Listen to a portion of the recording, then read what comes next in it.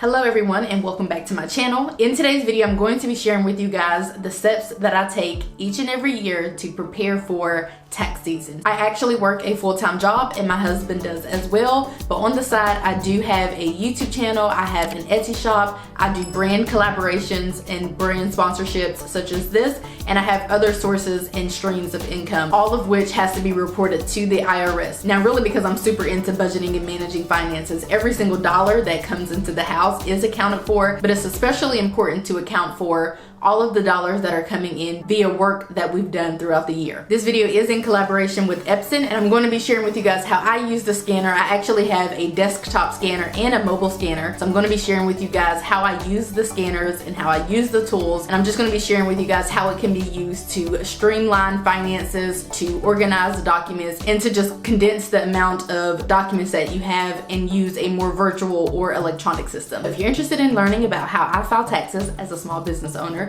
and how you can too, then please keep watching. I do want to preface this video by letting you guys know that I am not a tax professional. I am in no way certified to give any tax advice. I'm just sharing with you guys what I have learned and what we have learned through the years that we've been working with our CPA, aka our tax professional, over the course of the years. So step number one is to seek out a CPA or a tax professional before you even get started. If you know you have a business idea and you're trying to figure out the ropes, of course you can watch videos like this. You can read up on taxes and all of that on Google, but it's important to just kind of figure out what it is that you're going to have to do so that you can be better prepared. I recommend going ahead and reaching out to a tax professional and just getting some information regarding what it is that you're supposed to be doing so you can go ahead and start doing those things. If you don't reach out to the tax professional before you start the business, then obviously I'm going to recommend doing it during some point after you've started the business. Now, a lot of people do kind of just try to figure it out as they go. They don't seek out a tax professional, beforehand. They don't seek out a tax professional during those first couple of months. So if you're not going to do that, then this is definitely where you need to pick up. As soon as you start earning money or spending money on your business, then you need to go ahead and start tracking those expenses and tracking that income ASAP. Personally, I do this on a monthly basis. I kind of just reconcile our business budget the same way that I reconcile our personal budget or our family budget. I don't allow months to go by and I am losing track of or can't remember how much money I brought in, who paid me what company paid me what expenses I have. I have expenses every single month, so it's not wise for me to go months and months and months without tracking this stuff and keeping up with this stuff, and then I'm having to try to sit down and figure it all out. That's a self-sabotaging behavior that's making life way more difficult than what it needs to be. So I recommend tracking all of this stuff on a regular basis, whatever that might mean for you. It's really just whenever you have time. Almost everything that I have is electronic. All of my documents either start out electronically because I've signed an electronic contract, or I've purchased something online for which I'm sent an electronic receipt, or they make their way to being electronic. Now I do this many different ways, but the main goal is to get all the documents from a paper copy, because sometimes I will print it out and sign something like a contract and then send it back to them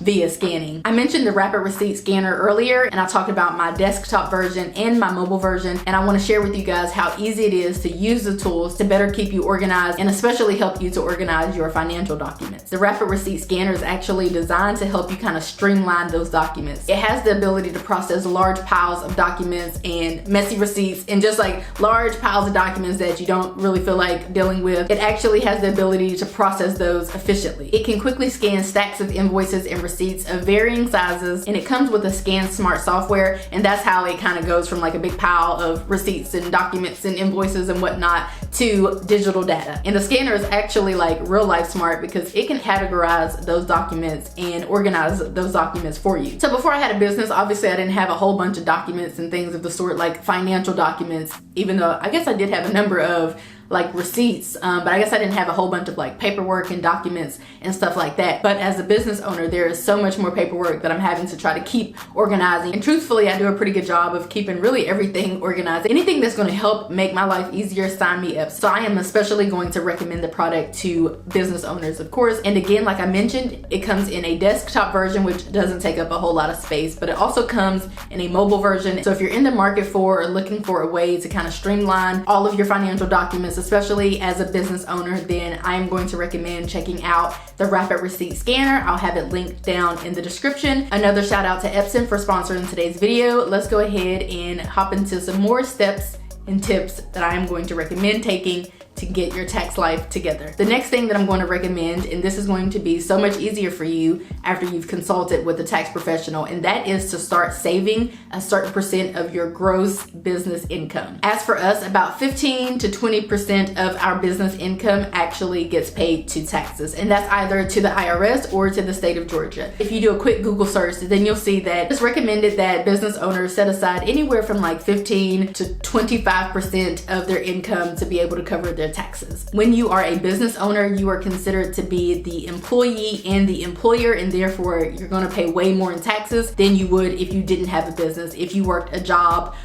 like my full-time job where I'm getting, a W-2 every year and the taxes are already coming out of my check. Well, that's not going to be the case. If you are the employer, then you got to take care of all of the tax stuff. So that is why it is important to set aside some money, some income for taxes, because you are going to not only have to pay taxes, but you're going to have to pay more than you would if you were an employee at a job where you received a W-2. It's obviously the most annoying part about being a business owner, but it's just what comes with the territory. What we do is just set aside money on a monthly basis, and this makes the most sense once we start talking about estimates, but we just set aside money on a monthly basis. We take the percentage, which we normally try to do about 20%. We set aside that amount from what was actually brought in that month, or what income we brought in from the business in that month. We take care of all of the monthly bills and expenses for the business during that month, and then we're able to pay ourselves everything else. Those are the steps that I recommend taking, or that we take as we are moving throughout the months and moving throughout the year. But then tax time rolls around, which typically the tax deadline is April 15th of every single year, which means that you have to have filed your taxes by then and pay the money that you owe if you owe money by then. Normally companies are required to send out all of the tax forms and tax information from the previous year at the end of January in that next year. So end of January 2021 is when all of the tax information should have been sent out by companies from the entire year of 2020. So your tax documents are starting to roll in. If you are a full-time entrepreneur, then you're probably not getting a W-2, but more like some 1099 forms, 1099K, 1099 miscellaneous forms, and maybe even some other types of forms as well. And at that point, it's time to compile all of those documents. And that's just going to be for mainly all of the income that you have received. So you want to compile all of those documents because you should have been tracking all of your income in that previous year. So you can use those tax documents to cross-reference your list to make sure that everything is kosher and copacetic. When Etsy sent me my W-2 from 2020, I was able to cross-reference it with the number that I tracked and the number that I got, the total that I got for 2020, just to make sure that everything was, the same. At this point, you're just doing some totaling and cross-referencing. You should already have a total of all of the money that you brought in from Etsy or YouTube or Uber or whatever the case is. You should already have those totals from the tracking that you had done that previous year. This is also a good time to be getting the totals for your expenses. So unless you have somebody tracking your expenses and doing your bookkeeping, you're gonna have to do this on your own. This is a good time to be getting a total for all of your subscriptions and how much they cost you in that previous year. All of your other business expenses, your travel, your transportation, your rent if your business had a physical address, your utilities like your phone bill and your electricity bill that are related to the business. If your business is home-based, then sometimes depending on how much square footage you use to run your business and how much square footage your business took up of the home, you're able to write off maybe a part of your phone bill or your internet bill or things of the sort. So again, you need to be tracking all of that so you can take all of this information to your tax professional. Of course, you can file taxes on your own. I actually don't recommend that. We literally just pay our tax professional, who happens to be a CPA, $175 to file our taxes each year. And I would prefer him to do it and him to do it correctly than me to do it and do it incorrectly. The hard part is tracking everything and doing all of your bookkeeping, but if you do it on a regular basis throughout the year, then whenever it's tax time, it should be so much easier for you to compile all of those totals. And normally CPAs don't want a bunch of receipts and all of that. They just want the actual totals. You need to be able to produce the receipts in the event that you get audited by the IRS. They don't need receipts and all of that. They're filing your taxes based on the information that you shared with them, that you signed saying that it's truthful information, and that's pretty much all they need. So you don't have to worry about having all these receipts and taking them there and all of that stuff. Having the receipts and all your documents together is really for you. It's important that you actually have all of those documents in a safe space where they are protected and not running the risk of being destroyed or messed up. I recommend getting in there as soon as possible, especially if you are a business owner. Now, if you're a business owner, then you'll probably have to owe some money, just depending on how much money it is that you brought in and what your expenses were and all of that. But if you are anticipating having to owe some money, then I say go ahead and get those taxes filed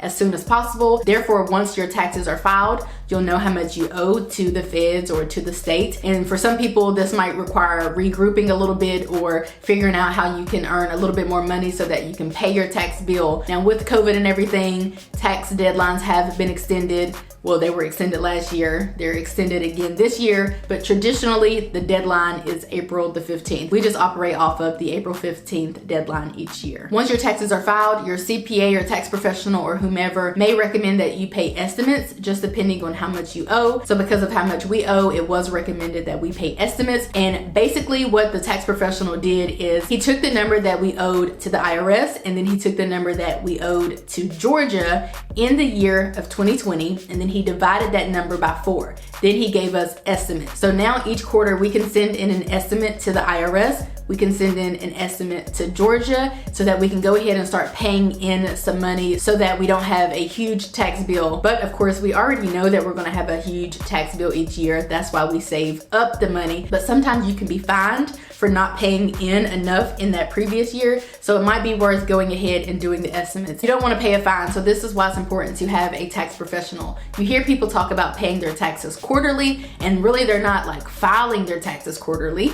Everybody files their taxes one time per year, but they're just paying money in because they already know that they're going to have a tax bill. So that is pretty much how we take care of taxes as a small business owner. If you're a small business owner, as well as a full-time employee, or even if you're a full-time entrepreneur, then I would say that you could probably benefit from this information as well. So I just wanted to share that with you guys, and I hope that it was helpful. Another shout out to Epson for sponsoring today's video. I do have a link which will be in the description box, so you can head there to purchase the rapid receipt scanner. I hope that you guys enjoyed this video, and I will see you in my next one. Bye guys.